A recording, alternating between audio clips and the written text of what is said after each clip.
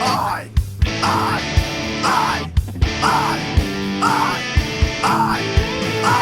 he got fired from Kane. Now we ain't got no shame. So we started a pod. Chuck Yates needs a job. Hey everybody, welcome to Chuck Yates Needs a Job, the podcast. This is pretty cool. As a frustrated stand-up comedian, I figured since I can't beat them, I will join them. So here we are, and I'm pretty excited about this. Normally, when we start off the show, it's please tell me how we met, and somebody will tell a cute, quaint little story, something to that effect, or they'll talk about their prestigious background. Since I have nothing of that with any of these folks, let's do this. Best joke. Brian, I'm going to booger your name again. Last name. It's Brian. So I'm Brian Gendron. Hello. Brian Gendron. Okay. I'm not a one-liner comic like some of these guys. I'm going to use somebody else's joke that I adore. Oh, okay? good deal. Local Houston comic, one of the funniest that's doing. His name's Zod Devji. Look him up. His joke is I downloaded this new app on my phone to help me from texting and driving. It's called Netflix. Nice. I like that. I like that. Next to me, Jamie Rowan. Exactly. Right. Yes. She's got an alias. But anyway, Jamie, welcome on. Thank you so much. Yeah, I am not a comic, I'll say. I will be a comic hopefully someday. The men I'm sitting with are comics. So, I will just say I'm not a clown. I'm an aspiring clown. Aspiring clown. I like that. Rob Mungle. Yes. Nice to meet you. Nice to meet Although you, I sir. think we figured out we'd met each other We've before. run in the same circles for a number of years. Exactly. Turkish bathhouses. Yeah, well, yeah, maybe. Maybe. Welcome on. Thank you. What's the joke? Oh, well, I don't really. I'll tell you, this is not my best joke. Okay. But it's a joke that I like to tell when you need to do something quick. What do you call 1,000 lesbians with machine guns? I don't know. Militia Etheridge. That's a pun. Nice. I like I'm here all week. Tip the wait staff, drive home safe. Yeah. Exactly. And on the far left, we have America's Got Talent own Andy Huggins. Yes, I just paid off my student loan. I like that. I like that. That's all you're getting. That's it. Yeah. All right. Good night, everybody. Right. We'll be back next week. No, but appreciate you guys coming on. One of the places I want to start that you guys may not know, but you guys I think will appreciate, so we'll start over here, is they talked about Houston back in the day with rap, that we were the third coast. You know, we had the Ghetto Boys, Bun B, etc. Sure. Back in the early 80s, I mean, we were the third coast for comedy. I mean, Bill Hicks, Sam Kinison, a lot of folks got their start here. Brett Butler, Thea Vidal, and T-Shawn, who we've been talking about, writer for Saturday Night Live. Hold on, we've got to do this for T-Shawn. Emmy Award-winning. T-Shawn Shannon. And Cheryl Holiday, who did a lot of writing for TV, was a comic at the comedy workshop. And even though it didn't start here, even further back, Bob Newhart recorded his Grammy Award-winning album here. Yeah. At the hotel escapes me now, but that was in the 60s. It was right. Yeah. It's right at the God. It was the old Tides Motel. Yeah. Tides Motel. First time he ever did stand up. Yeah. Was that show. He had done a lot of bits over the radio, interviewing people, funny sketches and everything. Had never done stand up till that night. Really? Had never done. And this, I read this one time. I hope this is true. It killed, which is amazing. First time it killed, but and he got an encore. Well, he had just done. He just went out there and did his act. Just did it again. Yeah, just do it again. He did all his material. Mm-hmm. Oh wow! So he just did the button down mind of Bob Newhart was recorded here in and the early 80s. And the 80s had where he started. You started at the workshop, right? They had the Comedy Workshop, which was the first comedy club outside of LA and New York, and it was the first one in the South. And it was right down off Shepherd Avenue. Shepherd and Fairview, I think. Yeah. San Felipe. Yeah. And that's San where Felipe. That's right. Yeah. And that's where Hicks and Kinnison and all those guys came out of. Yeah. And why was that? Because Kinnison was a preacher out of Oklahoma, right? And was Hicks a native-born Houstonian? Yeah. He was like a 17-year-old kid. Yeah. Went to Stafford, I think. Yeah. High school. But this was the only place to do it outside of New York and L.A. was in Houston. Yeah. Like Jimmy Pineapple, he came up from Louisiana, and Sam came down from Oklahoma. Yeah. I mean, it was, like Rob said, it was the only club in the South at the time, certainly the only club in the Southwest. So if you wanted to be a stand-up comic, yeah, you went to L.A., New York, or you came to Houston. Yeah. Yeah, no, it was amazing. So my mom, my dear sweet mom, how she remained so innocent and naive with 4 boys that are all 2.5 years apart, I have no idea. But she used to let me stay out late because they wouldn't let Kinnison on until midnight. I mean, he was just so dirty. He would get up there and read the obituaries and make fun of dead people up on stage. And he got kicked out of the workshop for doing something. And he broke a stool on stage. Yeah.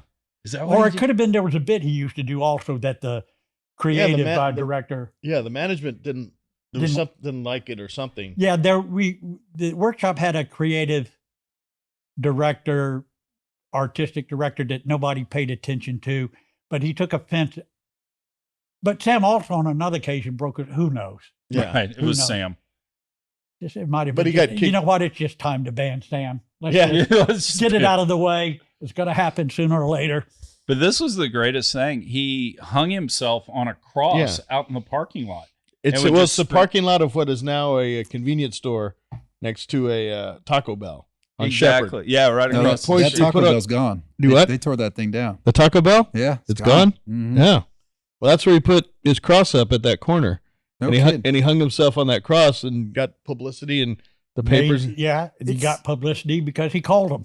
Yeah. He made sure. Yeah, he called the local press and said, "I'm crucifying myself because I've been kicked out of the comedy club for my for saying whatever." Maybe it just fell down then. I mean, it just like in the last month, it recently came down. I didn't see any construction, just Sam's influence on that. That's lot. Cursed. That's what I'm saying. Yeah, exactly. So Houston kind of has this long line of generating comedy.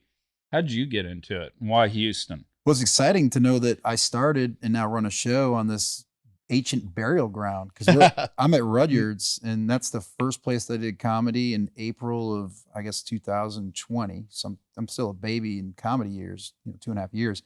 And I now run a show. We do like 6 to 8 shows at Rudyard's a week. So we're doing 20, 25 shows a month. And in this pocket where all these incredible comics came from. And it's just incredible to know the history of all that. Rudyard's is a great room for comedy. It's just a great room for comedy. And Brian's and his partner doing a great job of different kinds of shows, but it's just it's upstairs at a what otherwise is a bar, but it's just a terrific room. Just a terrific room. How many people will you get there on a Monday night out in the audience? Well, not a Monday. So Monday's different. That's okay. That's the open mic. But so Saturday night we had one show. We had 100 people up there. Oh, no way. That's cool.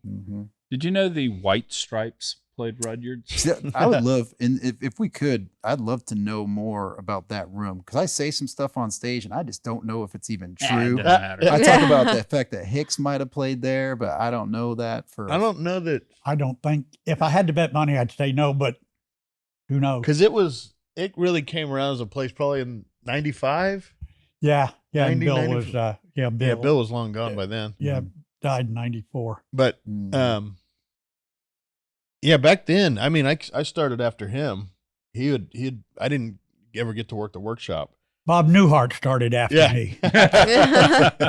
And I came up in the Laff Stop years when the Laff Stop was on West Gray, which is down the street and around the corner from the old workshop. And another great room. It's the best room ever built for comedy. It was designed perfectly. Yeah. There was a little lounge up front with a bar and a stage where they did open mic. And behind that, between 2 sets of double doors, you went into the showroom. And the showroom was 200 people, 250 at most. I would have guessed more, but maybe. Maybe. 285 at most, but the stage was high, the ceiling was low. People was there was a bar at the stage people could sit in, and it was just perfect and compact, and the laughs resonated. Great acoustic. Great acoustic. I mean, just amazing it was just acoustic. And the built. best hanging out bar. Yeah. The bar lobby was just great for hanging out. And if people were coming for the second show, they would be 150 people in that front. You couldn't hear them. Yeah. Because the acoustics were so well done in that building. And it was the best room that's where I started. And I got spoiled instantly when you go to any other company. Go, well, this is just fucking garbage. A lot of You didn't CDs. even know what you're doing here. Yeah, a lot of CDs were recorded Well, there. one of the owners wired the roof with microphones Yeah. specifically so they could record albums there. Joe Rogan recorded there. Kinnison recorded there. Louis, right? What? Louis C.K. Louis I C.K. think he did. Yeah. I mean, you go And maybe Hedberg. Hedberg did. Yeah. and you go Google Laff Stop and just for like their monthly calendar of who was there. Yeah. It's a Hall of Fame. I mean, Yeah. Seinfeld played there. Check on down the list. Yeah. Leno played there Yeah. in the 80s, Yeah. early mid 80s. Yeah. It was 2 shows Thursday, 2 shows Friday. I don't remember 2 shows Oh no, Thursday. But, one show Thursday, yeah. 2 shows Friday, 2 But shows it was Saturday, and then a Tuesday, Sunday. Wednesday, Yeah, it was Thursday, Friday, yeah, Saturday. it was back in the day when Tuesday through Sunday was the normal Yeah. work week for a comic. Yeah, you would And go. they slowly amputated a day at a time. There'd be 10, 12 shows a week. Yeah. Yeah. Plus an open mic on Monday. And the workshop, they were so busy, they had 3 shows on on a Wednesday, or I mean on a Saturday. Yeah. I Yeah. can't even fucking imagine that now. 3 No, shows. And And that they was a were great always room packed. also. Maybe sat 80, maybe. Yeah. Oh, it was a terrific room. Yeah, no, I mean there were a lot of people going to see stand-up comedy in Houston back in Well, the day. you had, we were talking earlier, Spellbinders, the Comedy Showcase, Is that Danny the Good Martinez? Humor Bar. Yeah. Danny Martinez yeah. is Yeah, the that was showcase. the Comedy Showcase. Good Humor Bar. I mean, at one there point was in Harris County. 5, Yeah, 6. I bet closer to 6, 7. Yeah. And you weren't going to get rich, but they were all paying comedy. And Gig? and any number of one-nighter, Oh, yeah. knockoff bar gigs. Yeah, there was a great one-nighter in Galveston that was there. You remember? Yeah, the Galveston. Yeah. Yeah. Oh yeah, I went down there to see Charlie Shannon Yeah, play down and in. I forget what out in hotel it was Galveston. in, but the lounge was called B. Jiggers. Yeah. And Keyshawn had a lot of fun with that name. I bet so. So my Danny Martinez story is I'm at the Laff Stop. We're sitting down on that front row on that Yeah. bar, and it's me and my then girlfriend and another couple. And Danny Martinez starts talking to us. Oh, how long y'all been dating? All that. And he goes, "All right, let's do this. Let's get married. You know, get down." So I got down on a knee. I asked Kim to marry me. She said yes. We got married. 48 hours later, the marriage was almost off. She's like, "You didn't plan that?" And I was like, "No, I didn't plan that. I didn't know he was going there. I mean, but I didn't really have a choice." So anyway, but But that open mic at Laff Stop between around 1992 and 1999 was arguably one of the best in the country. And there would be people like Lewis Black, who I got to open for, and I picked up at the airport and had to drive him around that week. He said, "I came in early because people are talking about the open mic in Houston on Monday nights." oh, it was good. And So that was in the bar area. Yeah. It wasn't in the main room. It was in the bar area. We had Sean Patton, terrific comic up in New York now, out of Louisiana. He said he would drive over here on Mondays just to get up there, and he said that Mungle, this is on my podcast, was a legend. I'm like, is that Rob Mungle? He said everybody would be quiet, and he would part the seas to get up to the stage, and then Mungle would do his thing. Yeah. And Those I nights. mean, they'd have 50 people in there. Yeah, and they'd start at 8, end at 1:30, and there'd still be 20, 30 people watching the show. I mean, they had crowds of people on Mondays would come, and they'd come at the 8 o'clock, and the show just ran continuously. But they'd come at 8 and then leave. You'd have rewash the crowd with new people all night, yeah, and it was how do we get that back? it was magic. It was lightning in a bottle. It was Okay. just that location in that part of town with a bunch of college and younger people who wanted to come hang out, and there was dollar drinks for a while, and that got out. Yeah. That brought reprobates, but they had cheap drinks and really good comics, and people wanted to watch what was going on. And that was back when, when I started, the old timers here, they would be in the back, and you couldn't even go back there and hang out because they'd be like, "No, go in there and watch the show and tell me why something sucks." Yeah. You know. Oh, that's and well, and you know, I think part of it too, just from my point of view, and then Jamie, we're gonna rope you into this because I want to hear how you got into comedy. But from my point of view back then, if you think about it, I was going to Rice. We didn't have cable TV on campus. You couldn't really use rabbit ears. So we in effect didn't have nothing. TV. There's no entertainment. Yeah. Which I mean, today, I mean, cell phone. Yeah. I don't even know what a cell phone was. Right. We didn't have Netflix. We basically had two things going for us. We had comedy clubs, and then our friend Charlie Shannon, we've been talking about, we'd do triple movie night. So we'd sneak into the movie theater and go see the 6 o'clock, the 8 o'clock, and then the 10 o'clock and watch movies. And that was it. That was it. So Jamie, how do you get into comedy? Well, so like I said, I'm brand new, but I've always loved comedy, and I actually started doing the thing that all stand-ups really love to shit on, which is the long-form improv. And Oh my God. yeah, Jesus. I know. I get so much shit from all of the comics for it. It's only because it's not funny. But But other than that, Ms. Other than that, Lincoln, but yeah. other than that, no, it's like it's a very different art form. It's very hard to do, and very few people make it funny. so who does it well? Like Thomas Middleditch. So they do long form improv. They actually had a show on Netflix called Middleditch and Schwartz. So the guy Ben Schwartz was on Parks and Rec. yeah, he's And pretty big. a few other things. But anyway, if you want to see good long form improv, it's extremely rare. So you probably won't. And you definitely won't in some small town with it. I mean, it's pretty bad. I'm not going to lie. But it's how I started. It does make you more confident on stage and in front of people. And so anyway, that's how I started. But I've always loved stand up. I'm not really a team player, which it probably isn't good for improv either. So yeah, anyway, I was going to Rudyard's and staying until, the very last comic for months, and, clapping and laughing loudly and trying to be supportive and to work up the bravery to do it myself. So when did you do it the first time?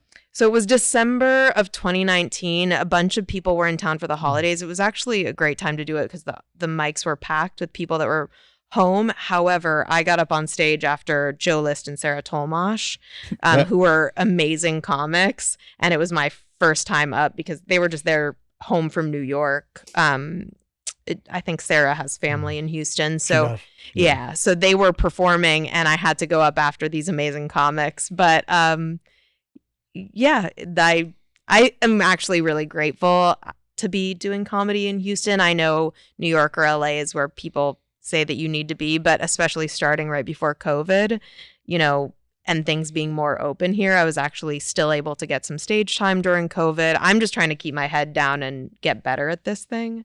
So I'm really grateful to be in Houston, and Houston is super diverse. So like you get to perform in front of all kinds of crowds who like won't stroke your ego or laugh if you're not funny.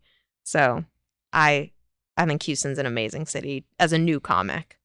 Gotcha. No, I mean, this is literally,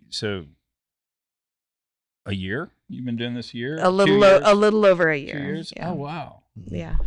So have we had gigs out of town yet? Or have we only done Houston? So I have performed at open mics when I've traveled, or like I'm going to New York, for example, to meet with my mentor in a couple of weeks. I'm very excited and perform with her. But those are like booked shows in New York, but they're mostly, I've just done open mics. And then I am doing Prize Fest in like Shreveport, Louisiana, things like that. So, generally just Houston showcases at the moment. That's cooler. Trying to get better. That's cooler than saying I've played Waco. So, I mean, yeah, I get that. The thing that gets me about comedy, just get serious for just a second, is to make someone laugh. I think you really either have to hurt yourself or hurt somebody else. Not I mean, particularly. it's not funny unless the guy actually slips and hurts himself on the banana peel, right? Well, if he just kind of stumbles, that's not really that funny. Am I off base? No, I don't. Hurt's the wrong word, Mhm. I think. I mean, somebody is, as we were talking earlier, somebody gets the pie in the face. Every punchline, somebody gets the pie in the face. Now, it doesn't have to be hurtful. I don't know what you meant by hurt, but no, it doesn't have to. I think by hurt, it's almost like when Daffy Duck gets shot in the face.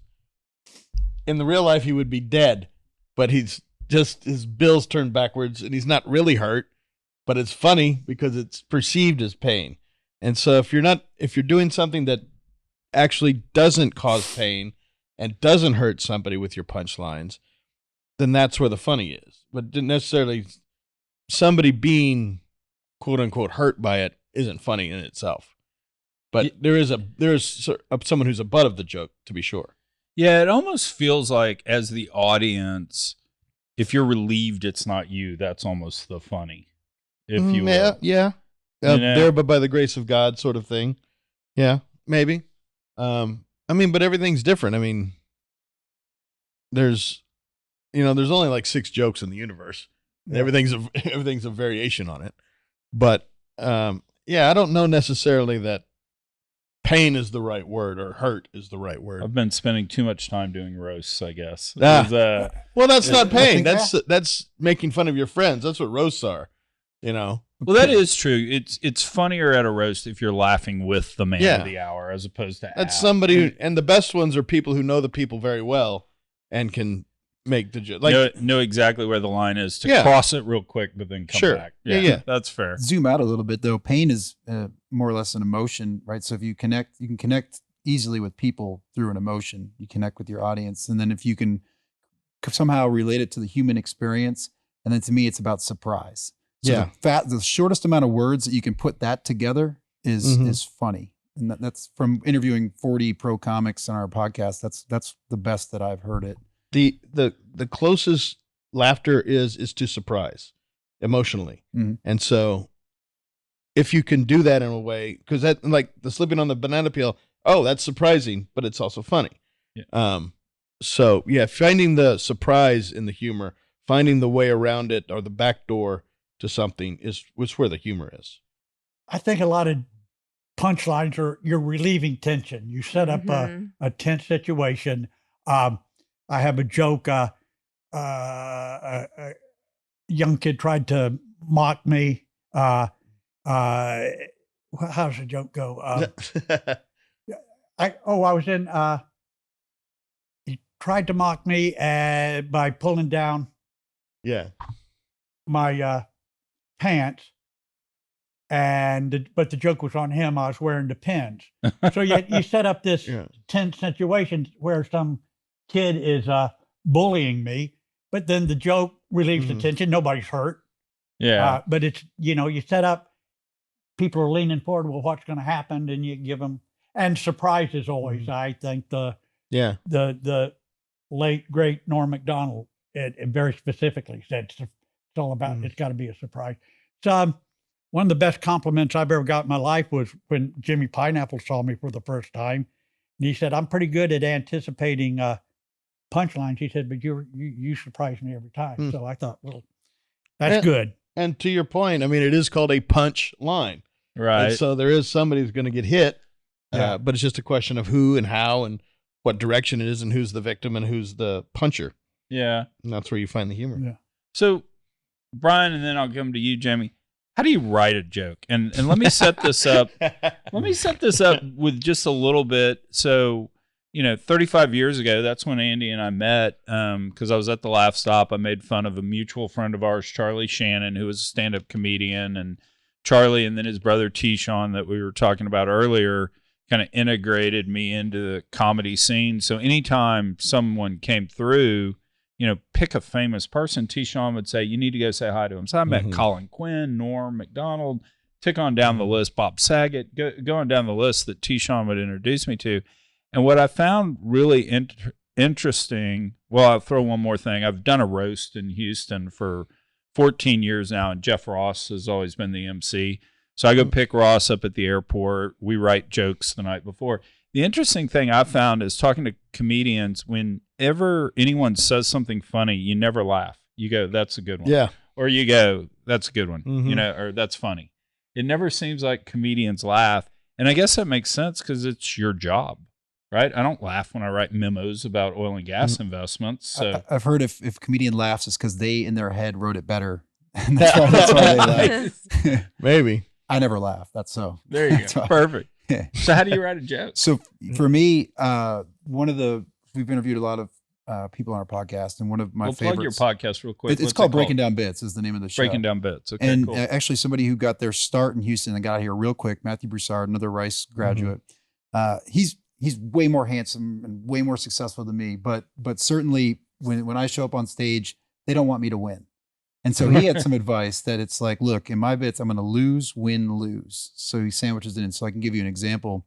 My wife insisted that we had natural childbirth, and the whole time just making fun of this whole process of natural childbirth through punches and tags and all this stuff.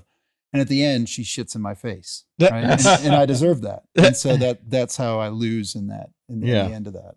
Gotcha. Mm-hmm. He's got almost, I've talked to him about it, and he has almost a scientific way about it. He's way better than me. Yeah. Yeah, he's got like 150 he's got a method. opener. He's a scientific, that's how his brain works. But Yeah. He has the mathematics of a punchline. Yeah. Oh yeah. But all of his openers are self-deprecating. And so I've kind of have to follow that rhythm. In fact, when I write with friends, they'll even ask me, Patrick Eady will be like, Brian, how do you lose in this? And I have to rewrite to that. So you can't win. yeah. Good looking blonde boy. That's right. Eyes, And then of ready to course rock. I've got kids and family, and that's just a source of material. Just Yeah. the kids alone feed so much of my material. I mean, is writes there itself. a go to the computer Monday from 1 to 5 and I'm going to write No. jokes, or stuff hits you, you write it down? Yeah, I'm very different. I don't have that level of discipline, nor when I do that, do I have the output. You know, I hear about morning pages, 30 minutes a day, and people can do that and they have success with that. I might. No. Nah, Andy can't probably do does. But Yeah. for me, it's about cardiovascular activity for 20 minutes. And I get into this sort of meditative state that could be running, swimming, whatever it is. Dude, And you're not losing on that. Yeah. I get up and work out every day. Look, so- this isn't a joke. This is just process. And then in that process, once I hit that point, then things start coming to me. And it'll either be business ideas, stuff for the show, or it'll be creative, which will usually be comedy. And so that's where my stuff comes from. I read or heard an interview one time, and the guy was talking about creativity, and he said the 3 places people are most creative: driving a car, and I have a couple of friends that's true for them. Yeah. Taking a shower, or walking. And for me, it's walking, and it's similar. But you know, the deal is, for all you young comics out there, whatever your process is, do it every day. You know, a lot of people write on stage. I sit down with a legal pad and a ballpoint pen, and I grind it out. But whatever you do, or, you know, exercise and get the brain, or long showers, I guess, or The last part of it for me, and that's true, Andy, is to take whatever I came up with on my own and bring that to friends. And that's where you get the prompts, like how do you lose, or they'll ask you questions or see things from their point of view. And that's when the bits really come to life. Because one of the things I've noticed just doing the podcast is I have absolutely no idea how to gauge, and I'll use, instead of laughs, I'll use downloads. How many downloads I'm going to get on this podcast? I mean, the most downloaded podcast I've done was a last second. I had to have a podcast. Guy comes on and tells a story, and he tells a story which a public company has 3x the trading volume the next day after the podcast gets released. If you ever want to laugh, go Google Buddha Gate, because it was about the Buddha formation. And this guy claims EOG has the largest onshore discovery, but they're hiding it from everyone. I mean, just massive amount of downloads, popularity, no clue. And then I'll do something else that I'm so proud of, I think the world of, and I'll put it out, Nothing. and my mom listens to it. yeah. So, Yeah. Jamie, how do you know something's funny? I mean, I just try to be genuinely myself, like, and write the way that I would write. I don't really write thinking about, I write a lot for who I am. And I don't know. I don't write thinking, is this funny? I write a lot of stuff and then I try to like make bits out of it after. But basically it's the same thing. I'll sit down at a coffee shop, try to write, and then go up on stage. And the way that I truly, genuinely write is by bombing. I write by bombing. Yeah. So I get up there, I do it, and then I am competitive. I want to do well. So then after I bomb, I go to sleep. I have fever dreams. I wake up in the middle of the night. I write. I bother Jeremy. I wake up my husband. Sorry, I'm speaking as though everyone knows him. Yeah. I wake up my husband. He says, team Montrose he says, Lane. Montrose, plug Montrose Lane. But I wake up my husband. He says, shut up, I'm trying to sleep. And then I feel like I do my best writing after I haven't performed as well as I should. So honestly, my best writing comes after bombing. But I write every day. But yeah, that's my process, I would say, is when I write the best is after I've bombed. So when you've written a bit and it bombed and you go up on stage and you rewrite it in such a way that you get a lot of laughs, but you think it's stupid, are you cool with that? I mean, is it the actual laugh that drives you, or is it more, I have something I need to say and I'm going to say it this way? I want to be funny. I want to be a comic that is giving, not taking from the audience, if that makes sense. So no, my goal is to be funny. But that's a long process. So like initially I feel like when I got up, it was like more therapy for myself. And now, I'm actually trying to be funny. So I think that that's just a process. I'm learning about, joke formation and all the things they're talking about, building tension and then releasing tension, and things that they probably do automatically when they write now. And I'm just starting to do automatically when I write now. I'm trimming a lot of fat, and I'm sure that when Rob and Andy 20 years write, from now it'll be great. They don't trim as much fat as I do when I'm writing jokes. The idea of knowing what's funny or not, and there's evidence to this, and we've always I talked about it, but the people who are so self-deluded about what is and isn't funny are morning DJs. They have no fucking concept of what's funny. And here's why. And there's evidence to back this up, that when you listen, and there's not as many morning DJs now, there's few and far, but back when there was a whole bunch of them, you would hear, they'd have the one guy or the two guys, and then the news girl, and maybe one other idiot that was there. So there's 4 people in the room, and they would run these stupid fucking jokes, and they're not funny, but they would laugh amongst themselves. And so they think it's funny.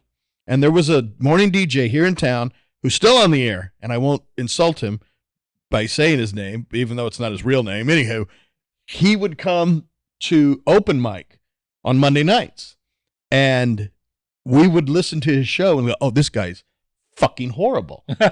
He doesn't know what funny is. And he would show up and do his 5 minutes and eat shit every Monday night and say who he was, what station he worked for. There was one time he showed up with a toilet seat around his neck, and so he was doing this bad Gallagher horse shit. Was he feeling a little flushed? Yeah, he was. I know a comic did that. Yeah.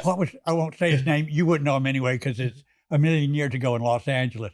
But he used to come out with a toilet seat around it. I'm feeling a little flushed tonight. Yeah. I wrote my application to apply to Duke University. They said, name the greatest invention of the 20th century. And I did a whole bunch of really, really bad puns about the indoor flush commode. To prove he wasn't a flush in the pan, he created toilet paper and blah, blah, blah. It was just miserable. But when I you didn't get in. No shit. But when you hear those people who are doing it on the fly and don't have an audience to react to it, that's the thing. If you do it and you have an audience that says it sucks, then you know it sucks. You know it sucks. If you're in a morning DJ booth with you and your other idiot and the news girl, and they all have to laugh, they get this false sense of, oh, I must be funny. And so anytime you would be on the road and you go to promote your show, so you have to sit with these idiots, and they think they're funny and they're keeping up with you, and you're like, you just want to go, just die of AIDS. Well, You're just horrible. You're just not funny. It's not funny till the audience says it's Yeah, funny. exactly. Up until then, you got a sentence. Right. And then you do the sentence in front of the audience. If it And gets a laugh, and you the keep audience it. makes If it it doesn't funny. get a laugh, you get rid of it. Well, Howard Stern always said the reason Robin Quivers is there is if I can make Robin laugh, I know I'm making America laugh. Mhm. And Well, Yeah, he's wrong. yeah. Yeah, And she laughs at everything. She's like, yeah. But yeah, that's what that always killed me. But that's the mentality that Rob was just talking about. That's how Yeah. he tells himself, "I'm doing well. I'm funny." That's yeah. because Robin laughs. Yeah, I got this other moron. He's giggling. I must know Yeah. something. Yeah. Yeah, that's the No, morning you need an DJs were audience. and they You would need an come. audience. They would come all the time, Yeah. and especially that one guy. There was 2 other radio guys who would show up, and they would eat shit for 5 minutes and just walk off, and they're going, "Man, how do y'all do this? We have an audience. You don't have an audience. You have a microphone and 2 other people in the room. That's why you don't know what you're doing." I have And a friend that used to. Here was the criteria: if you come up with a bit or a premise, and if you can imagine a morning DJ doing it, drop it. yeah, And there's certain kind of just obvious cliches that Mhm. every morning. Things come up with a Kardashian will do something or whatever, and every morning DJ in the country is doing that joke or some variation. The on best it. Don't ones- Don't do it. The best ones I ever did a show. Stevens and Pruitt were great about it back on KLOL back in Right. the day. The best morning DJs, when you go to promote a show, they wind you up and let you go. Yeah. They say, "Okay, what 3 things you want to talk about?" And we'll guide you into that. And they don't help. They didn't help. They just said, "Hey, okay, go." And some they wanna were the compete best. With you. Some DJs want to compete yeah, with you. a and lot oh of my them. God. Yeah, and you're like, Get me outta "Oh here." God, just kill me." Yeah. Yeah. Ugh. But the idea of having an audience, one of the things that's great about Rudyards and not just Rudyards, but rooms that do this, where all the house lights are down, Yeah. you don't get smiles. You get laughs or nothing. Yeah. So you don't get the feedback that makes you feel good that I'm creating something. Hey, No, is no. this thing on? Yeah. So yeah, exactly. If you're bombing, yeah, sure. I know you're out there. I can hear you breathing. That's Yeah. that's always my favorite. So Steve Martin in his autobiography writes, "Hey, back in the 70s, I was the biggest stand-up comedian on the planet. I was packing arenas, 20,000 people." He said, "If you went and actually read my routine for an hour and a half, if you just read it, only about 8 minutes of it was actually funny." And he basically said there's a lot more to it than just words on the page. It's selling it. It's putting the audience in the right mood. Stand-up comedy is 2 things. It is writing, and then it is performance. Some people are better at writing and can't sell it. Some people are better performers and not good writers. The best of them, if you can combine those 2, that's the best of both of that. That's what makes a quality act. That's rare. That's a Yeah. I mean, it's not, I wouldn't say rare, but you have to have skills in both. Yeah. And if you don't have it, then you can see it a mile away. Yeah, I tend at the moment to think of comics in 2 different categories. Some comics are funny, they think funny. And some comics are just fun. They have the personality and the persona, they're just fun. And the material is irrelevant, really. They come out there with the attitude, "I'm going to have a good time. Feel free to come along with me if you like." And the best, as Rob says, combine the 2. And I think if you think funny and you write good jokes, and then it becomes fun. It's either, in my mind, it's either personality, material, or both. Mhm. And that goes they to both work. They both work. what she was saying about doing the improv, just as a class and as an exercise, it's helpful. Yeah. Just so you get stuff on, just getting on stage and that sort of thing. And that's where I think a lot, I've known some really good writers that were just piss poor performers and great material, and they just couldn't get over the hump. And it's like, yeah, you're just not, it's not selling. It is a performance. You have to perform. Yeah. And Let me change my statement a little bit. What I think is rare is having the qualities of being able to write, perform, and then having the business acumen to do something with it. That's the really- rare, that's yeah. the rare one. Huge that's, one. yeah. Huge. That trifecta. Having that is, and even there's some people who are very good at business and shitty at the other two, and they make $1 million, you know? I mean, the Dane Cook was the classic example of somebody who, good-looking guy who just a garbage writer, but he had performance skills and business, and he was one of the first people in. And he had those fucking comment cards. Yeah. He would have the audience fill out. MySpace And then instead followers. of going out Yeah. after the show and drinking, he'd take the cards home and enter them into his computer. And he was, I think, an innovator. Heard Yeah. the same thing Forerunner about of Kevin that Hart approach. too. Mhm. After every show, would get everyone's email. Like, I mean, yeah, some people have that ability to market themselves that I find fascinating. I don't think most comics have that. Yeah. Yeah. Few, I would say. Well, I can think of two. Yeah. that No, yeah, the don't. That's right. But Jamie Foxx used to, whenever he was announced playing at club, he would sit there and make different voices up all day long and just call the club, man, that guy Jamie Foxx last night was so funny, blah, blah, blah. When you having him back, you know, and there were like 7 people in the audience. Yeah. But Got 40 calls. 47 would call and do it. So yeah, no, it is a whole business about that. I mean, even a podcast, I sit here and go, you know, I'm making short little memes and clips about Colin, the CEO of Digital Wildcatters, being short. He's actually not short, but you know, if he were really short, then I'd just be being mean. There, about once a month, there's a tweet that comes out. Just went to Digital Wildcatters' office. By the way, Colin's not actually that short. You know, he's 5'10". But you sit there and I go, I have a degree from Rice University, and I'm making short memes to get downloads on podcasts. You know, Well, when you say he's not short, that's an old axiom in comedy that if you're going to write a punchline, if something is small, it has to be microscopic. If something is large, it has to be galactic. You have to go to the comedies in the extremes. Yeah, it's hyperbole. Yeah. Yeah. And so if somebody's 5'11", look at that short fucker. You know, it's like, what is he, a jockey? He's like, I'm 5'11". I'm not 5'10", whatever. Being annoyed isn't funny. Being angry right. is funny. Which is where the word fuck comes in handy. Because you can take, you know, I have a joke. The punchline is, shut the fuck up or leave me the fuck alone. Leave me alone, same joke. But leave me alone is annoyed. Leave me the fuck alone. Now you're angry and that's funny. Yeah, you always go big. Now, when does the F-bomb though become a crutch? It's never a crutch. I mean, you can use it. You can use it too much, right? And it becomes noticeable. To your point, it's not shocking. Then, if you're using it too much. It's bad when it becomes like a verbal tick. I use it, I don't know, maybe 10 times, but I always use it as not always, but almost always as an adverb, just to give it a little extra impetus to, you know, like leave me the fuck alone, or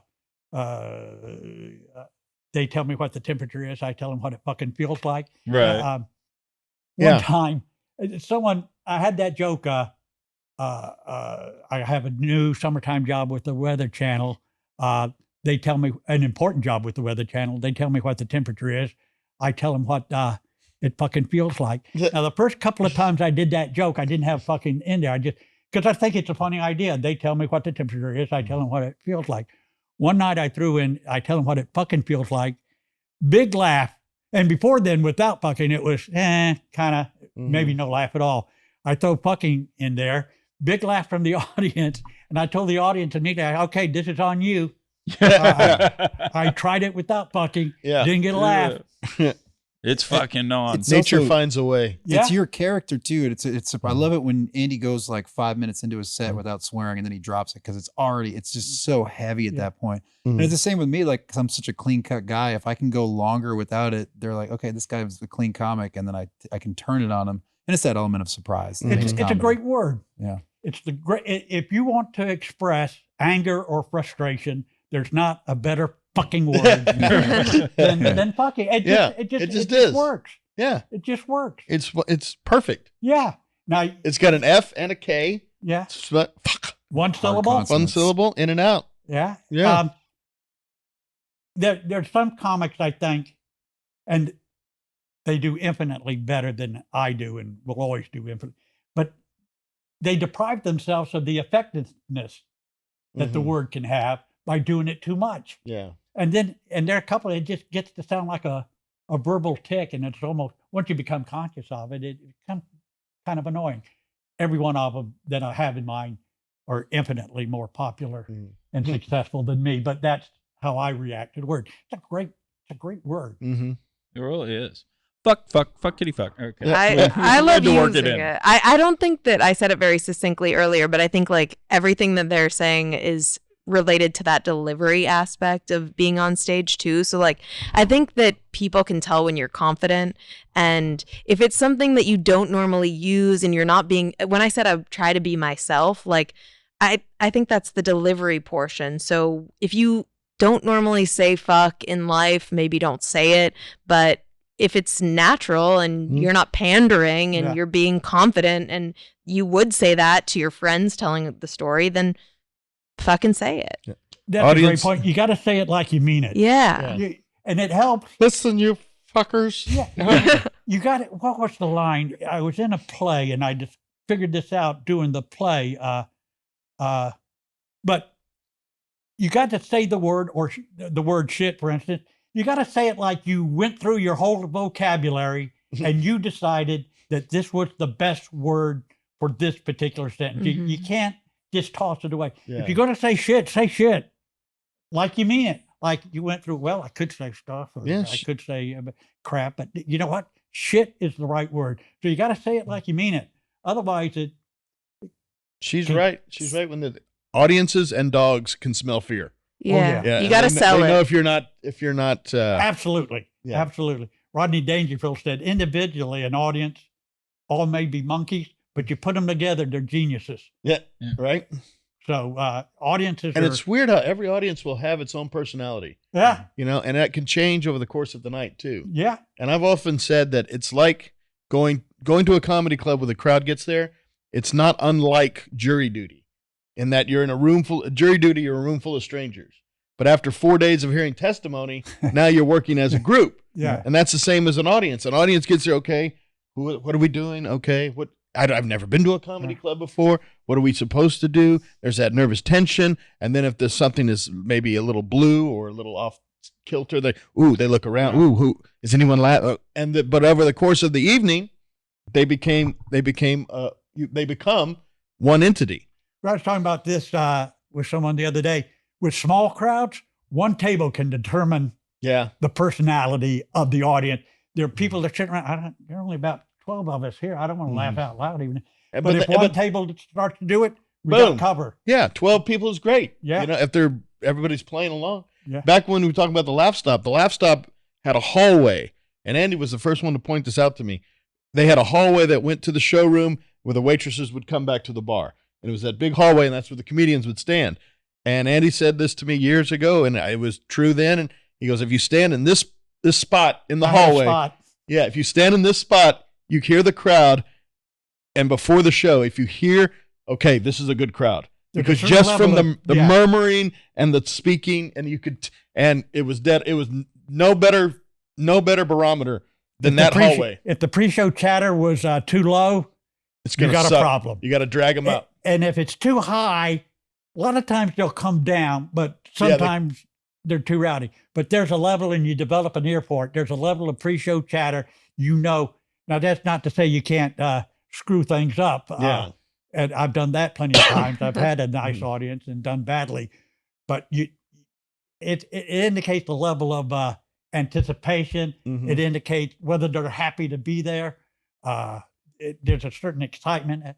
So there was that spot. It was right there. It was right there by that cashier station. Yep. And I remember that hall. Yeah, and I would go back, and he'd go, no, this fucking garbage crowd. No, this is going to be. Oh, you hate no chatter. Yeah. I love that. I'm really in the depths of the science of the audience experience, and there's things that you can never do. Like if they all had a bad week, or if Houston had a bad week, or whatever, there's things you can't really do to fix that. Mm-hmm. But there's so many things when running a show that you can control.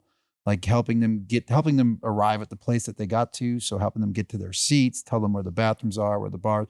So just those little things can really help that audience be in the seat and ready to laugh when the show begins. Absolutely. It starts with the box office or whatever. It does, yeah. And that's what I tell my door guy. Absolutely, it starts My door with guy, the I'm like, box you're the office. first human interaction that they have with the show. and the parking lots in Rudyard's are trash. And so we're already pissed off. behind. We're already behind on this thing. So make sure you're friendly and make sure you're helpful. And if somebody in our whoever, if it's not me, then whoever's running the show needs to just be in those, trying to look and find those small areas to improve the audience experience. Our shows will just overall go better. Absolutely.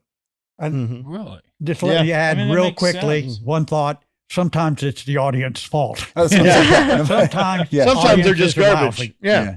Sometimes they're just pure garbage. That's Yeah, true. sometimes. Yeah. Usually in a good, like at Rudyard's, with that audience, if you have a bad show, chances are it was probably your fault.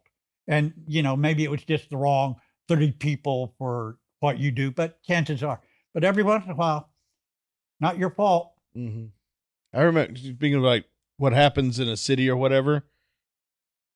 3 days after 9/11, Laff Stop opens back up. And so we had back then they called those shows pig fucks when it was just 6 comics, no headliner. Everybody's just going on doing 15 minutes. And so Babbitt says, we're going to have a pig fuck. The headliners can't come in. There's no flight. So it's all the local guys. It's going to be Judy Tenuta that week. Yeah, it was supposed to be. Yeah. And so comes up me, Sam Damaris, 3 or 4 other guys, and he gets us all. He goes, this is the first show back, guys. We want to have it. It's going to be weird. People are actually coming. So what we're going to try to do is, I'm telling you now, don't do anything about 9/11. And I had written 10 minutes on 9/11. And so I go, what do you mean? We can't not address it. This is the first show back. We have to say something. And he's like, man, don't do any 9/11. Just do me a favor. Don't do 9/11. So they go up. Everybody does their sound. And I'm going on second to last. And I go up. And I'm saying to myself, fuck this. No, I'm going to fucking do it. So I get up there and I go, hey, guys, it's been a crazy week. And I go into my 10 minutes about 9/11. And it gets big laughs. And granted, I'm very talented. I don't know how to do this sort of thing. Absolutely. That's But a given. yeah, there's a way to do it without, being insensitive and that sort of thing. So I think I danced it pretty well. Anyway, I get off stage and Sam Damaris, my friend, he goes, dude, that's the funniest fucking thing I've ever seen. It was, I've never laughed that hard. And then Babbitt comes up and he was like, fucking told you, no 9/11 shit. What did you can't do 9/11. And Sam goes, dude, if you don't hear that fucking crowd, they wanted to laugh. They wanted to have some kind of release. And it was the best thing. He was like, fine, whatever. You're still banned for a week. Yeah. I was like, Did he ban you for a week? ban me for a week. Yeah. Jeez. Well, Brian, that's going back to your point that it's an emotional connection because everybody there was afraid. Mm-hmm. They'd all been crying and they wanted to laugh. I had a similar experience.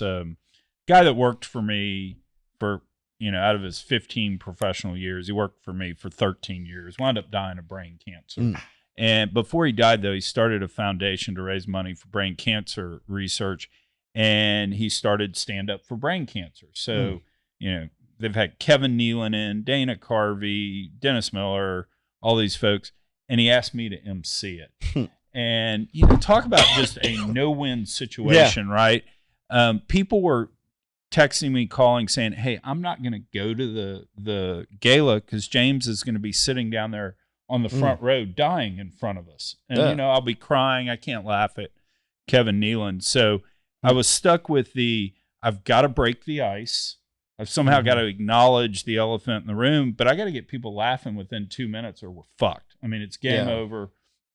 So the first year I get up there and I go, hey, everybody, welcome to the first annual Broach Gala tonight. We're going to have so much fun. We've got Kevin Nealon. We're all going to laugh. But before we start, James and Jamie, his wife, James and Jamie, I just want to say what you're going through is the most horrific thing I could ever imagine. There's no way you've handled this with such grace and class and dignity that you've truly been an inspiration to me. And I just want you guys to know that I pray for you every night. And I get the kind of polite clap thing. And my wife's name's Kim, or my ex-wife's name's Kim. And I said, and I was talking to Kim and she said, Chuck, if this had happened to you, I'd have lost you to blowing hookers. And I said that and the room was just silent. And I was like, oh my God, I've killed the gala forever. And thank God somebody on the back row detected that, and 5 seconds just laughed as loud as I've ever heard, and it just caused a wave. It's the tension. Yeah. No, we wound up having 3 waves of laughter at all. Somebody will feel the need to break that tension. Yeah. And if it's not you, it's going to be the audience. Yeah. 'Cause Thank it God. has to Whoever happen. that was that did that literally saved the Broach Gala. I was part of an Alzheimer's fundraiser, and the name of the fundraiser was A Night to Remember. Oh, God. I shit you, and I went outside, like, are we really naming the Alzheimer thing A Night to Remember? Because nobody's gonna, none of these people are. In fact, I can do the same material all night, find the same joke. I think Come it's back to time. Andy's point earlier about building that tension and then releasing it. And then it's the same thing if there's ever an elephant in the room. So the woman who I always call my mentor, Jessica Curson, she's an amazing crowd work comic. Who's And this? so Jessica Curson. Oh, okay. Yeah, I adore her. So I can't do this yet, but over the years she's become amazing at calling out any of that awkwardness in the crowd. And it's the same thing as her written material with building tension, releasing tension. It's if there's some vibe she's getting from a table that's weird, or, you know, a guy in the middle of the crowd with his arms crossed, clearly not wanting to be there, you know, she'll call out that thing, but she does it. She's very adept at that now after decades of doing this. But yeah, I think it's that same concept in your written material as it is. That's a part of delivery and part of, you know, doing it for many, many years. But calling that out, I think people want, if something is awkward, for someone to just say it, or if something, because then everyone's sitting there not knowing what to do or if they can laugh. I remember going to see Book of Mormon, the musical, which was written by the South Park guys. Right. And during that, everyone was looking around and like, did they just say, fuck you, God? Can we laugh? They're all looking at each other. But yeah, when someone starts laughing, then then everyone else does too. So Tell me if you think, this just occurred to me, and I'll be a little self-centered here for a second, but it just occurred to me, and tell me if I'm onto something. I'm 71 years old. I look at, and I think as soon as I hit, and people don't know who I am, as soon as I hit the stage, there's a certain level of tension involved, because what's this old man? What can he do? What will he do? And so with the opening line that I did earlier about the student loan, and I've always had pretty good opening lines, and it kind of relieves it. But I don't know, maybe the audience doesn't get tense, but they do They're get attentive. curious. I think Yeah, it's better. they're curious Close as to to the what mark. I'm going to do, and they're kind of respectful.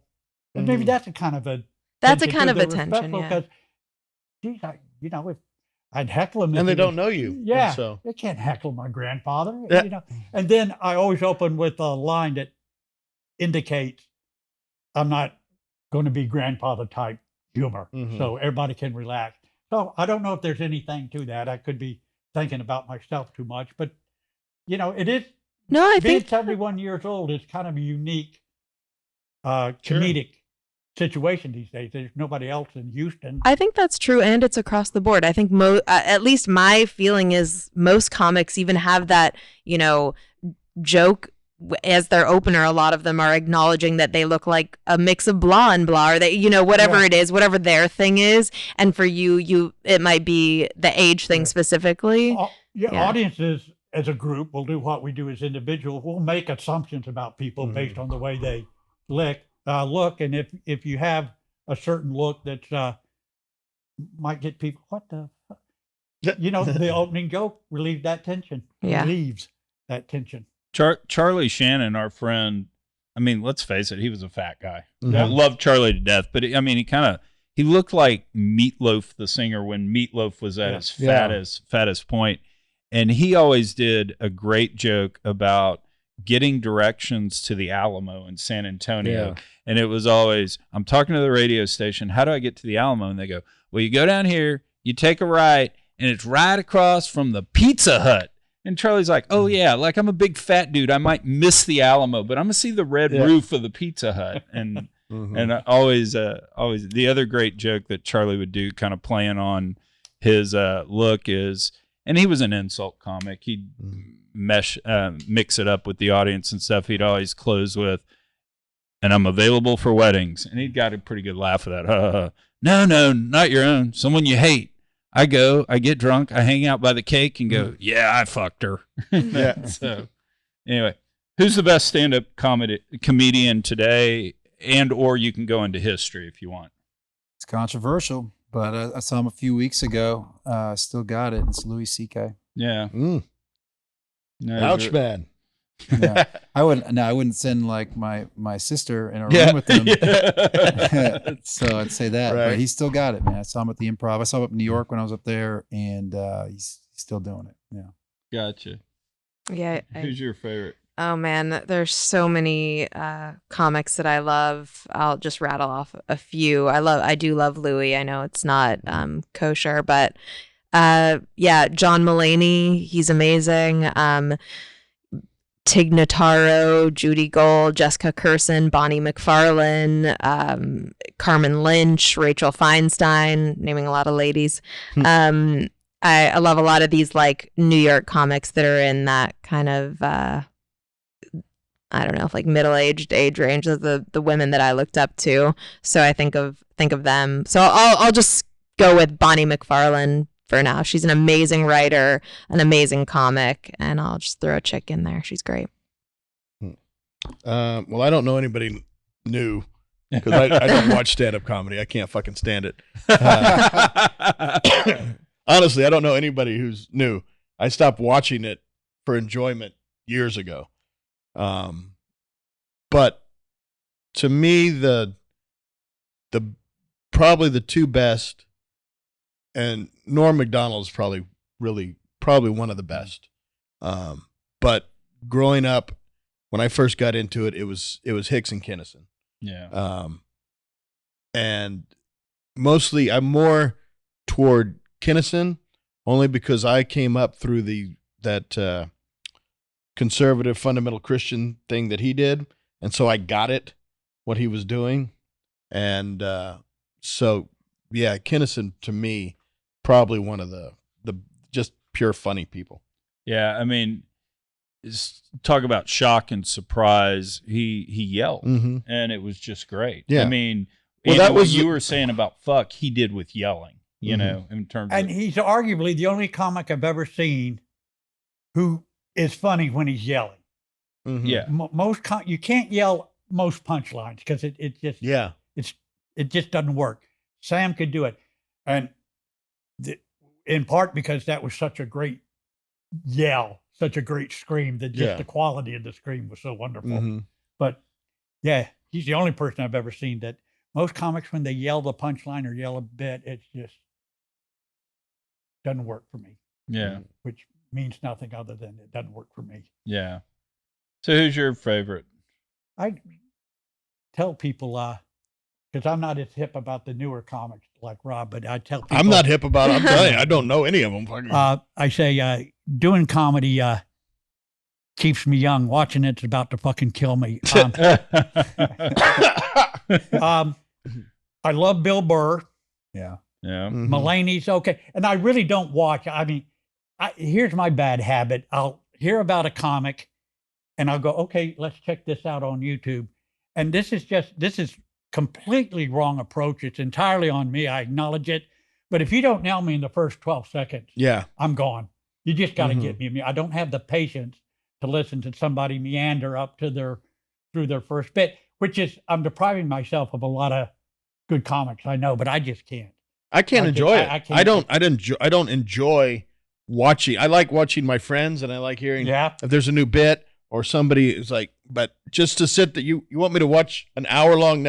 Fuck you. I am not going to watch a Netflix special for an hour. I don't think fans want to do that either. I think we're seeing that people want to watch things in 30-second clips, 60-second clips. That's just the way of the world now. I honestly just can't enjoy it as much anymore because, and I'm ashamed to admit this, it's not, I'm a bad person, but I just get jealous now. Well, there's a great line that Hemingway had when someone asked him, and I take it for comedy, said, hey, would you read my book and let me know your thoughts? And he goes, I'll tell you my thoughts right now. I fucking hate it. And it's like, what? You haven't even read it. It's like, I don't have to. One, it'll be bad writing, and therefore I will hate it. Or two, it'll be very good, and I didn't think of it, and so I'll be jealous. Yeah. So I'm the same way. I'm like, can't get around I that. hate to admit it, but yeah. Yeah. Yeah.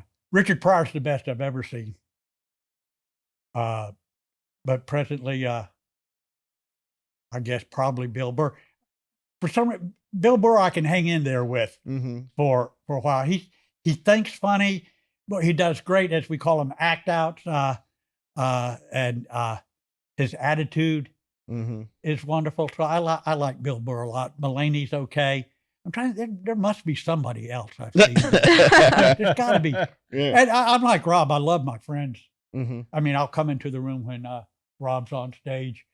When Bob Biggerstaff's on stage, Yeah. I'm in the room. I'll leave when Bob's on stage. Well, I kid. you and many others, but I just follow the crowd. yeah, yeah. I like watching my friends. Yeah. Riley Especially Barber. You remember Oh. Riley? Oh, talking yeah. to Berkshire. Riley was as funny as anybody I've ever seen in my life. Yeah. His Tennessee Williams Oh, yeah. impersonation was. We used to do a bit. Riley and I were a comedy team for a while, but it was Tennessee Williams as the analysis at an NBA All-Star game. And, Yeah. and I was the play-by-play guy, and Riley would do the color, and him going on and on about this particular athlete or that particular athlete is Yeah. Tennessee Williams was hysterical. It was funny, but part of the real genius of that bit is he would take a drag on the cigarette and the ash would just get longer and longer. And Yeah. just the anxiety I would feel watching you guys do that, Yeah. if the ash was going to fall or not, was always. Riley was great. I'll tell you the worst I ever saw. That Andrew Dice Clay. Yeah. Garb. I had to open for him Oh, really? Where? at the Laugh Stop. Oh, really? He played the last. Oh God, yes. Yeah. This was 2000. Oh, okay. So, and he still thought it was 1988. Before he was Dice, though? Or No, it was 2000. after. I'm sorry. I wasn't Yeah, he listening. still thought it was This 1988. is like post Ford Fairlane Worst collapse. Yeah. Fucking worst week of my life. Not even close. How did you do with his crowd? I did okay. Well, the first night, his plane is late. And so Babbitt goes, hey, man, the plane's late. You have to go up there and stretch. Yeah. And I'm like, okay. I'm supposed to do 15. He's going to do an hour and whatever. I get to 20. I'm looking up. They're going, I did 45 minutes opening. And When finally, did the crowd get impatient? then about 20 minutes in, Yeah. they were like, okay, what the fuck is going on here? And so this piece of shit, two things. One, this is when you could still smoke in bars, all right? He put up signs saying, I don't want any smoking in the club. No smoking. And he's the fucking Andrew Dice Clay. He goes, I don't want any smoking in the club. So they put all these signs, take up all the ashtrays. That's the first thing. Second is, I want a police escort to walk me to the stage. Because he's got this fucking thing about, I've got to be a badass. So they hire two real constables to walk his fat fucking ass up there. And so he gets up there, and I'm late. I've been up there 45 minutes. Yeah. And I pass him in the hall, and he goes, how are they? And I went, they're fucking waiting on you, man. Yeah. And so he gets up there with his fucking entourage, and then he immediately takes out a cigarette and goes, what's all these signs? Nobody tells me what I can't fucking do. And I'm like, you went to all that shit for a fucking 20-second bullshit line. Yeah. And then he goes, hey, that fucking Mungle guy, couldn't you get him off stage? I've been waiting for 30 minutes. Oh. And I went, you fucking cocksucker. You miserable fucking cocksucker. And then he comes and he pulls the same shit the next night. He's late. Oh, limo's late. You got to go long. I'm like, I'm not going long. That fucker, he was fucking with me. No, you got to do like 25. Is this Babbitt telling you that? Yeah, this is Babbitt. He goes, do 20. He goes, I know he was being a dick, but it's just all in fun. I was like, no, he was being a dick. Yeah. Him and his fucking cops. And then I tried to get an autograph for my girlfriend at the time. And he goes, oh, yeah, look at this you're fucking this whore? Oh, man, how much you paying her? I'm like, you fucking Jewish, not Italian. Yeah. Italian fuck. Yeah. Worst week ever. Gosh. The I don't think I've ever had a bad week because of the comic. I've had bad weeks. God knows I've had bad weeks. But I don't think anybody's ever, of course, And, I've never worked with Clay. So, conversely, Lewis Black, best week I've ever had. yeah. Not even yeah. best. Oh, he's hysterical. The nicest, most generous, Yeah. open-hearted fella. Yeah. He wanted me to drive him around the city because he wanted to see he likes to see whatever city he's in. So I took him out to the monument, and I wasn't the one driving him when we found the Starbucks across the street from the Starbucks. Oh, that is such a great that he bit. did on Conan, I guess. Yeah. The next week. Yeah. He was like, are you fucking kidding? There's a Starbucks across the street from a fucking Starbucks? I'm like, I'm gonna explode. yeah. He goes, yeah, it is. I never noticed it, but yeah, it is. West Gray and Shepherd. Where Yeah. there's 3. Yeah. Yeah. There's three, Yeah. yeah. And now the He- bookstore has Yeah, one. Barnes Yeah. and Noble. He gives me hope, man, because he started. I started when I was 35. And He started when he was 40s, something, right? Yeah. late 40s, because he was a playwright, and he would talk about. He goes, "Yeah, I was a playwright, and just did this for fun."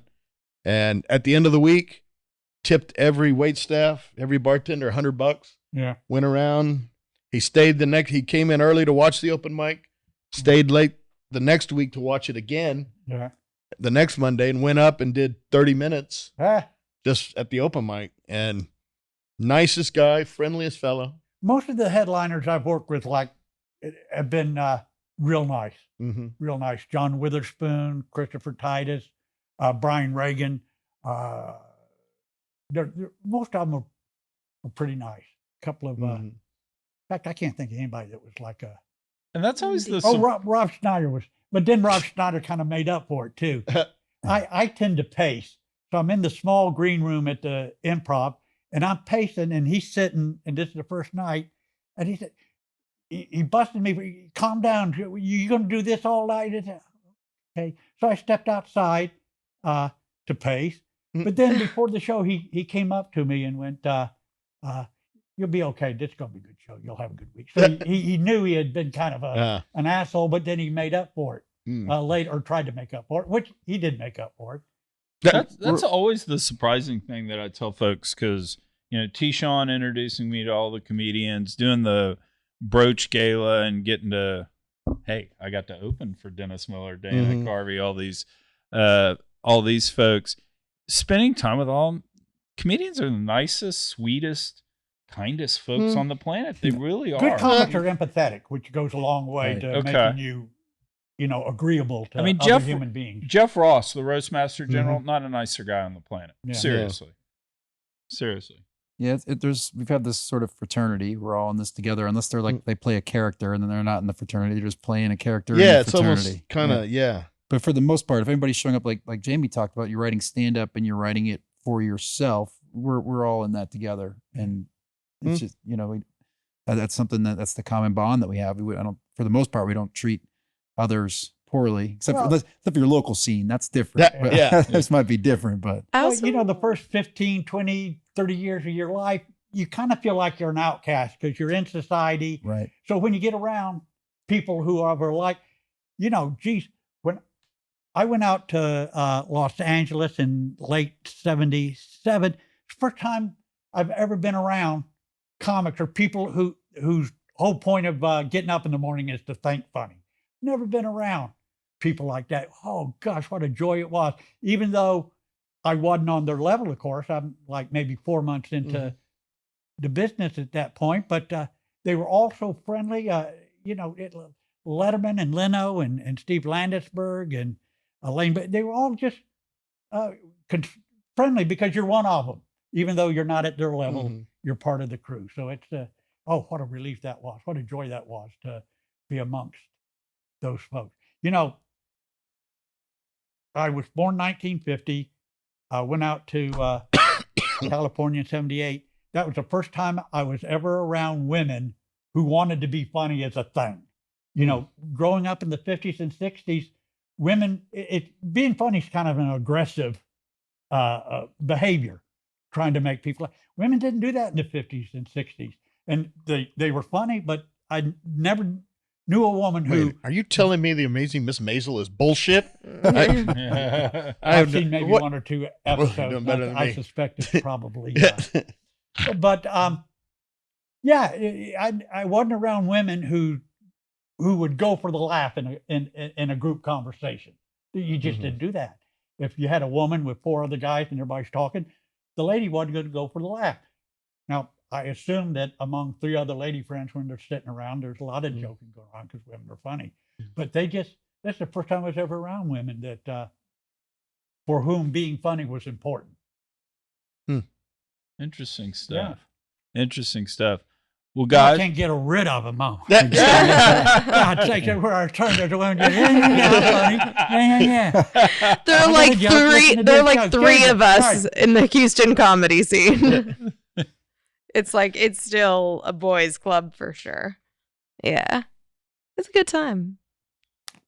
so you guys are great to come on. This has been a lot of fun for me because frustrated, would love to be a stand-up comedian. When I got fired, April of 2020, literally the first thing I did was, okay, I'm going to do open mic night. I think I even reached out to Jeremy. Yeah. And I know I reached out to you, Andy, and said, okay, where's an open mic night? And I started writing a routine, and it just sucked so bad I haven't done it yet. It was just hasn't horrible. stopped a lot of people. So Yeah, there we go. Give it a shot. yeah. There we go. Fair enough. So give us the plug. Tell us about the room. When should people show up? Yeah, What's the drill? for sure. So the room is called, it's The Riot, and you can find the website, The Riot HTX, or any of the social media. It's The Riot HTX.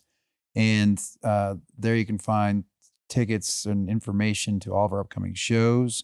Thursdays and Sundays, we do local showcases, themed showcases often. Big fucks. Yeah, Big fucks. we do pig fucks with all the local talent. And then Friday, Saturday, usually we're flying in people from LA, New York, people with TV credits, and we're doing these headliner shows. And I get to host and perform on all those, and it's just a nice. great experience. In fact, next Thursday, because I can do this, and there's comics out there that'll hate me for it, but I'm headlining that show. It's the first time I've ever headlined, Rob. I'll probably do 25, 30 minutes, and we'll see how that goes, right? Sure. But, and I got all my friends coming out, so I really can't lose in that situation. But what we're about is bringing up the next generation of comics in Houston. We're about to lose a bunch of talents in New York and LA, people we work with. And so, we're scrambling to bring the next people up. And that's important to us as much as it is bringing in these out-of-town headliners. So plug the podcast one last time. Yeah, and then the podcast is closely associated with the show. It's called Breaking Down Bits. The guy, Drew Jordan, who I run that show with, is also the co-host of Breaking Down Bits. And we interview comics mostly from LA and New York that are doing it and just talk about comedy, nerd out on everything we're doing here. Oh, And Andy, cool. and by the way, Andy was our first guest back in July. Episode 1 was Andy Huggins. Nice. Yeah. Nice. All right, Jamie, where can we come see you? Yeah, it's gonna be simple and fast. Just follow me on Instagram. I'm terrible at marketing myself, but trying to get better at it. I hate posting about myself, but working on it, you guys. At the Jamie Rowan, TheJamieRowan, at the Jamie Rowan. I post about my showcase shows, so just follow me and you can come to shows that way. As a narcissistic who went on Twitter, it gets really easy. Trust me, you'll be fine. I feel like there are women who just put on a swimsuit and sit on a cake and they have 8 million followers. And I just will never be that woman, but it's still a good follow. Please, the Jamie Rowan, TheJamieRowan. Got it. Rob, when are you performing next? I'll be in Beaumont next Thursday, and then Chicago in October. Don't worry, buddy. You'll never find any of them. Yes, sir. So I spoke earlier today at lunch at the Lafayette, Louisiana Geologic Society, and made my way through Beaumont today. Wow. Had a discussion with Officer Stevenson, and she did not appreciate 94 miles per hour in a 70 zone. They frown on that. Yeah, they did frown. Yeah. What club are you playing in Beaumont? I don't know. It's a club. I have no idea. It's a club in Beaumont. When I get the email, I'll pass it on. I don't remember the name of it. Yeah. Perfect. And I've been here since 1981. I don't know how many different rooms I've played in Beaumont. Beaumont's had Oh my God. 50 rooms. Oh, easy. All of them garbage. Yeah. Well, No, there was one. Slade's Slade's room. that and the old bank. GKs. Yeah. GKs was fun. Those were good rooms. Yeah. Those were good rooms.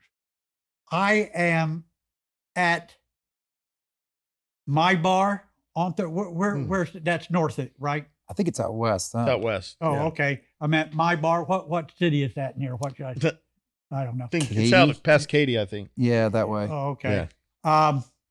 Then Saturday, I'm at Hop Scholar up near the spring area. I'm doing one of the riot shows, the OGs. The OGs of Next Houston week? comedy. Yeah, that's exciting. Next So when Thursday, is I'll be that? at 'Cause Rudyard. So we'll drop this next Wednesday. Perfect. So So Thursday night, you might want to come to this. Rob did the first one, the OGs of Houston comedy, and we just bring together people who have been in the city, came up in the city 20 years or more. So I've got Aldi Freeman, I've got Andy Huggins, Kristen Lindner, Jim Holder. Jim Holder, Oh, yeah. and Kristen. who am I forgetting? One more. Oh, Brian Hertzy. Oh, Yeah. yeah. Good. So that's good, the good. next one. Right. so that's the 30th. Yes, September that's the 30th. 30th. Yep. Okay, so this will drop the 29th. Perfect. And my headliner shows immediately after that show. Yeah, And Rudyard's I'm at Rudyard's every Monday. of course. And let's see, seems to me, I'll be in Beaumont tomorrow then. This comes out next week. yeah. So that's the immediate calendar. Well, guys, this is great. I really Has appreciate been you fun. guys coming on. Thanks. Yeah. Thank you so much. Absolutely. You should aspire to more, but